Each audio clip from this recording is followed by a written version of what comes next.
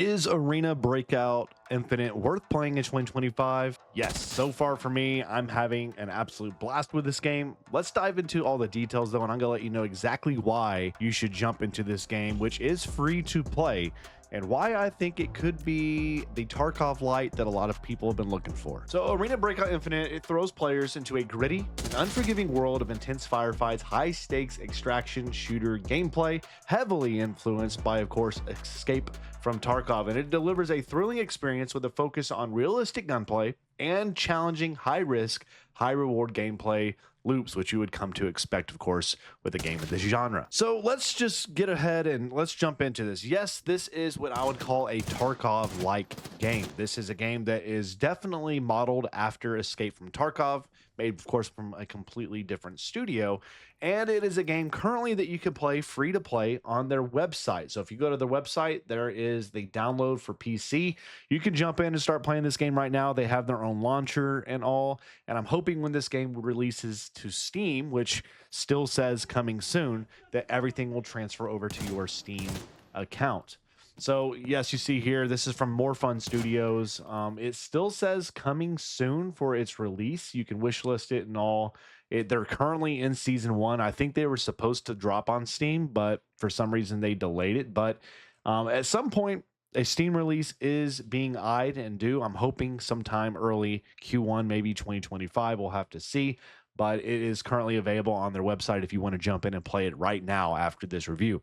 So starting off talking about the gunplay, the gameplay loop of Arena Breakout Infinite, we're just going to reference it as ABI for the rest of this review, but the gameplay is, for me, a cut above. It's the core ABI gameplay revolves around its exceptional gunplay. Weapons feel very weighty. They feel responsive. They have recoil that demands careful control and touch, especially for automatic fire weapons. The audio design is really solid. I wouldn't say it's perfect. I don't think it matches, for me, the games like Hunt Showdown or even Tarkov, but I would say the gunplay is really good. The sound design is good, but not perfect. It still needs some tweaking, especially some of the directional audio at times for me, and this may be a user thing. I may need to tweak some settings on my end for their spatial audio, but for me, there's times when players are in bushes or running around, I can't pinpoint exactly where their location is. It's close, but not perfect all the time, especially when they're above or behind you or whatever, maybe below you. So sometimes some of that is still not perfect for me. But again, I may be the exception to that. But for me, the gameplay is still really good. Every encounter you come across in this game, whether you're fighting against basically the scav NPCs or scav players or other PMCs or player main characters out there, every encounter is impactful. The threat of instant death is always hanging over every single corner. So, I mean, no matter what, you could be in there with tier 5, tier 6 armor, weapons, or whatever. But if you're not careful and you jump into an area you're not supposed to without peeking corners, that could be the end of your run. Somebody can be in there. I could be in there with a T1, T2 armor set with simple weapons, but with really nice ammo. And I could tap you, take you down, 1-2 tap to the head, you're gone. And that's what I love about these types of games, especially Tarkov-like games here, where no matter what your player level is, no matter your armor, no matter what your weapons are, player skill still trumps. Most cases anyway. If you're not careful, if you're not situational with where you're going, how you navigate, are you peeking corners with the leans and whatnot, you can always hit caps to walk and creep slow or crouch, walk really slow, almost silently. You know, all of these different things in positioning matter in games like this, where all it takes is one wrong move and one well-placed shot, and that's it for that character. And then you lose everything you had on you, and you got to head back to the main menu, which is part of the loop, of course. You jump in, you go to your stash, you have I love the Tetris, I always call it the Tetris storage system they have in games like Tarkov. They have here in ABI, something that also is prevalent in the Resident Evil franchise as well with the briefcases. But I love this system of trying to take all of your loot, all your gear, and fit it all into your storage space you have. Now, there is a button you can quick store and organize, which is very handy. So if you don't like to do everything yourself, the game does a pretty good job with the quick organize button to make sure everything is organized, at least category wise, from weapons to ammo to gear like armor, chest, and so forth, all the way down to your health and miscellaneous items as well that you can trade at the traders. So you do all that, you get to your stash, you organize it, you go check your missions, which are called contracts.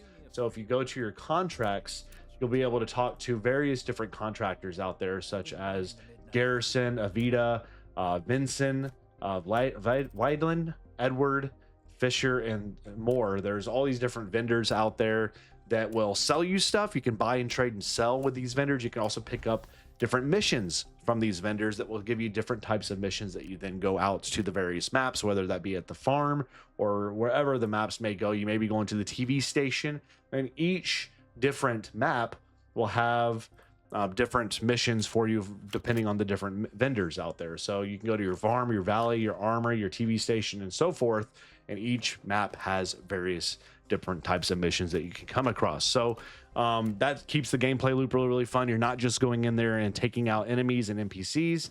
You're also going in there trying to accomplish certain things, whether that be going into the farm basement and trying to bring back or collect 5 flammable objects. Okay, so then you go in, you know, you got to go to the basement, and you got to collect those 5 flammable objects. Or maybe you need to go into a map like Valley and you have to extract with more than $50,000 of loot.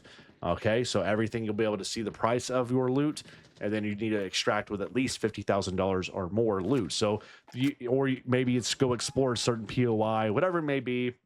I like the missions set up in this game.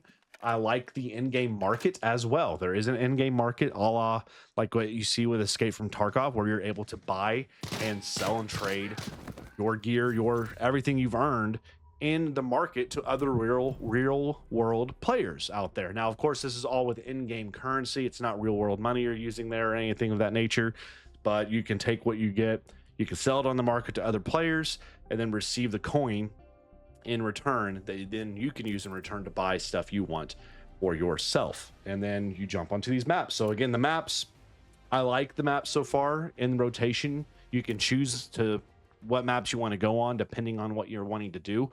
Of course, you have your farm and your valley, which are like your stereotypical, your kind of your intro maps. Farm is the first map you'll play until you unlock valley. Once you've progressed past valley, then you'll be able to unlock the various types of modes that you can go into for this game. There are different types of modes that you'll go into that basically you have to pay certain amounts of money to be able to go play the modes that have higher level loot and higher level enemies. And also you're going to be playing with ranked characters. So you do get ranked by playing in certain types of maps and modes. And then basically it's like a way of matching you up with people that are somewhat similarly leveled to you. And you can, you know, if you take out people higher level than you, a higher rank than you, then you get more level because of that. So it's a little bit more of a challenging matchmaking system, I would say, to incentivize you to play these modes that give you better loot as well. So, you know, Armory and TV Station are some maps like that you'll be playing against ranked opponents and playing higher level loot as well. Within each of these maps, you'll have a variety of different players that can spawn at any given time. On Farm, you can have up to 12 players spawning. It's a bit of a smaller map, so that makes sense. On Valley, which is a larger map, you can have 20 players on the map at a time. Armory is around 10 is what they roughly say on their wiki. TV Station, it's all an indoor interior. It's about 12 players, what they say. And then they have a couple more maps that are on the road down the line. You have Port and Northridge that are going to be coming out at some point soon as well. So there is some really good map variety in this game. There's a lot of good weapon variety in the game, of course, what you would come to expect. There is a battle pass, so let's talk a little bit about the monetization of this game, because that is one of the key discussions I want to talk about that is making the audience a little bit ruffled and mad, I would say. It is a free-to-play game, so you can get into this game bare bones for nothing.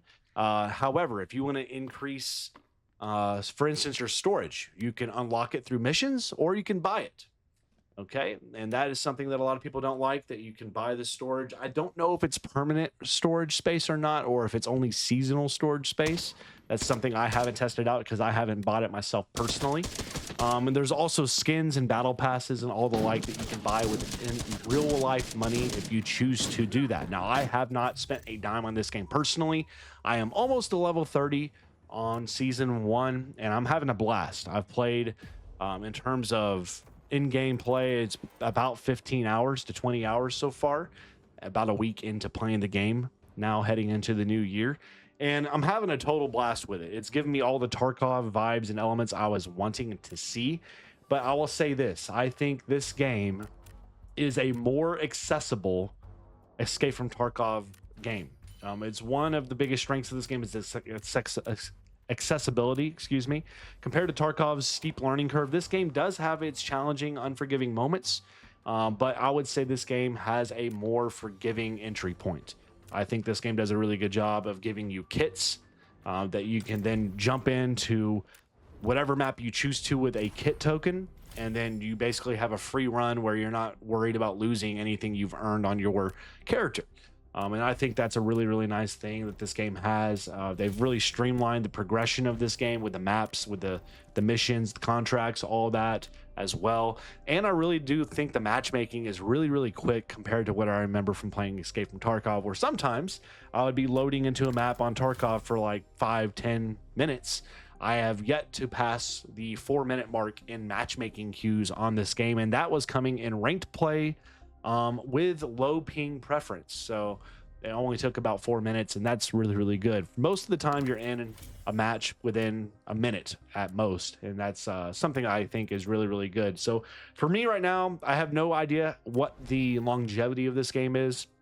I have no idea what the player count of this game is right now, but I will say this, I have felt that this game is going to be a big hit when the release of the Steam version comes.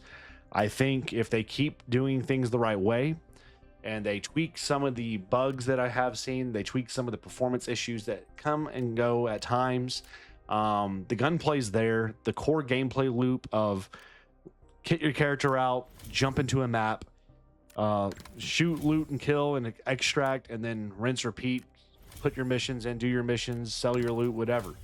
That gameplay loop is phenomenal. It's so much fun. I love doing it. It's a highly, highly addictive game, which you saw in the thumbnail of this video.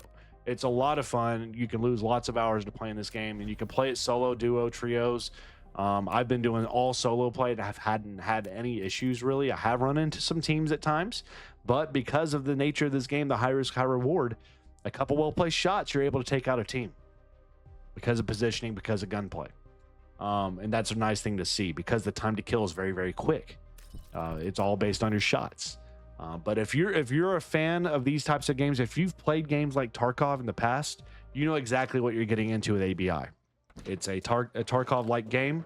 Some would call it a clone. I think it does some things differently. I think it does some things better. And I think there's areas that it still needs to grow as well. But I am excited about the road for ABI. I cannot wait for its Steam release. But again, if you want to jump in now, there will be a link down in the description to their website if you want to get a jump on it in Season 1. Hop in. It's a lot of fun. But I hope my thoughts and my impressions can help you make your decision on ABI. For me, definitely think it's worth playing. It's free to play. Give it a shot. Jump into some raids. See how it goes for you and how it falls for you on this game. I think the roadmap for this game is positive. It's optimistic. I'm excited to see what ABI looks like throughout 2025. And I hope to run into some of you out there on the variety of these various different maps. But enjoy your time in ABI. Have a great new year, and we'll see you back in the next one.